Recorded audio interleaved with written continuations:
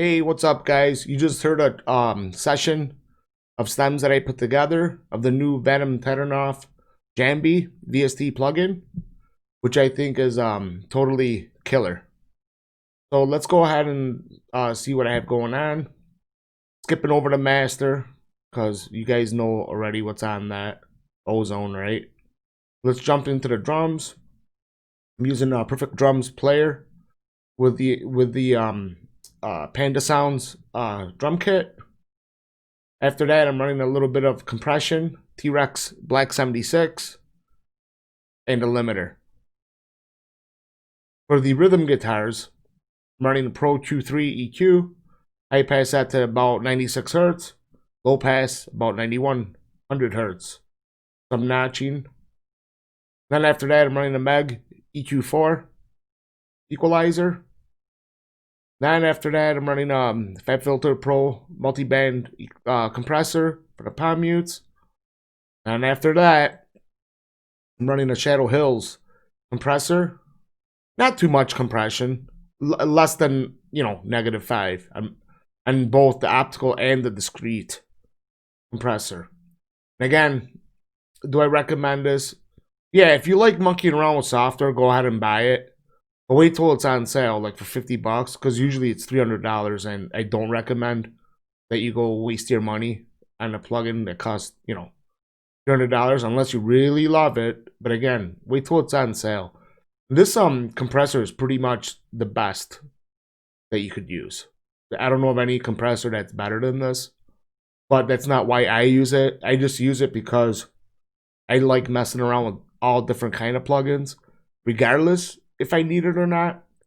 Something's on sale and I know it's good, I buy it and I keep it. I like messing around with a lot of software, I don't need 80% of the software I have. Again, I just think it's totally fun for me to do, to play around with. Then after that, I'm running limiter again from Waves.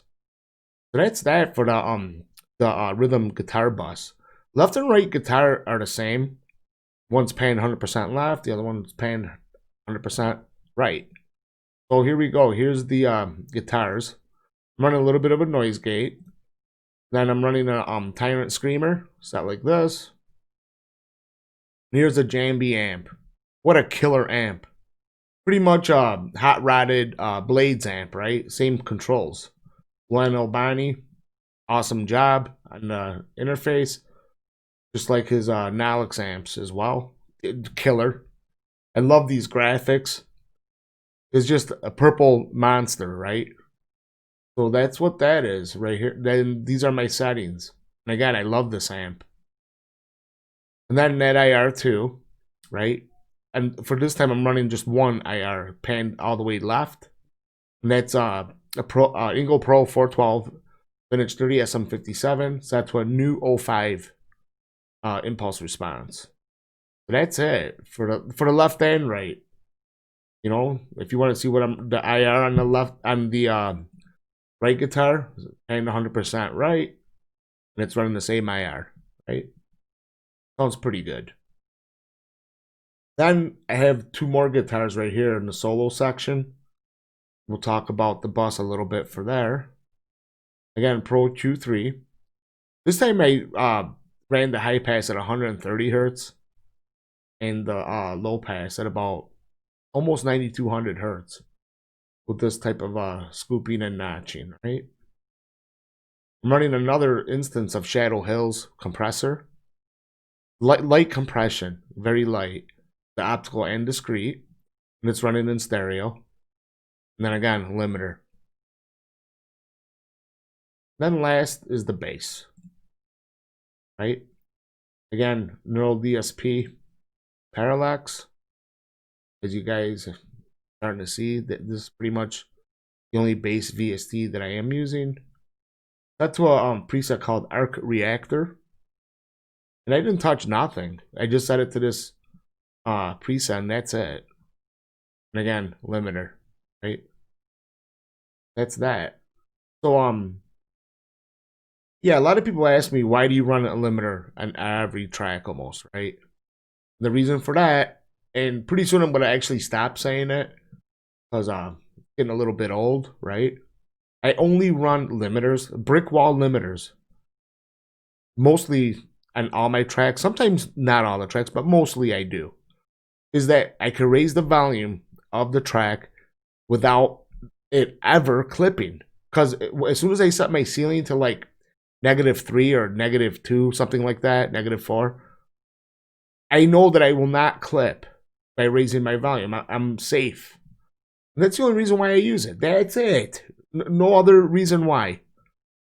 And then some people will say, well, you know, again, your stuff sounds a little bit compressed. Too much compression, right? How the hell is -3 to -5 too much compression? How? That's very light compression. Now, if you're talking like -20, I mean, if you start seeing your needle pegging all the way to the left, yeah, that's a lot of compression, right? But again, tone is subjective. I keep saying that over and over and over and over and over, right? What sounds kick-ass to somebody might sound like complete garbage to somebody else, right? There's also people talking about loudness level, right? Because usually if I master a session or a track with ozone, for example, I'll set it to -14 loops, right? And that's units of loudness, right? That's what I usually run at. Even though YouTube and other platforms will change that value, right? So again, I mean, if you want proof, right, of me not talking bullshit, when you get a moment, regardless or not, if you like Metallica, go check out their Death Magnetic album, right? And crank up the volume a little bit. Not your piercing loudness, but, you know, loud enough so if you go louder, you're like, what the hell? This is way too loud to listen, right? And don't listen through your shitty phone speaker, right? Listen through either a really good set of studio monitors or some other high quality speaker, right? And listen to it. And you'll be surprised how they set their loudness levels. Because to me, I don't care what kind of speaker you use. I don't even care if you use $30,000 pair of speakers. All right? That shit on that album distorts. So why the hell did they do that, right? You might ask. Again, because they wanted to do that.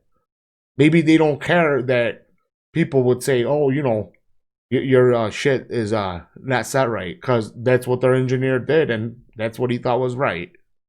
And they sold, you know, multi-millions copies of that album. So again, guys, this type of stuff, you could spend a lifetime researching, playing around, owning all the VST plugins, everything, analog stuff, whatever you like. There's nothing, there's not a book, okay, that says, okay, you got to run stuff this way in this order only on these tracks, right? It's how you interpret it, right? What sounds good to you, you know, might not sound good to others. But of course, if it's like too ridiculous, yeah, I agree. It sounds like if it's shit, it's shit. You know, no other way to put it. All right, guys. Sorry about that long explanation and bullshit of me running my mouth, right? But I don't know. Sometimes I get a little bit irritated, even though I shouldn't. Because again, everyone does have a right to their own opinion, correct? And I'm not an expert by any means at all. You know? And someday maybe I will become one. Who knows, right? So again, guys, if you like what I'm doing, please subscribe, like, share as always. And yeah, until next time, I'll catch you guys later.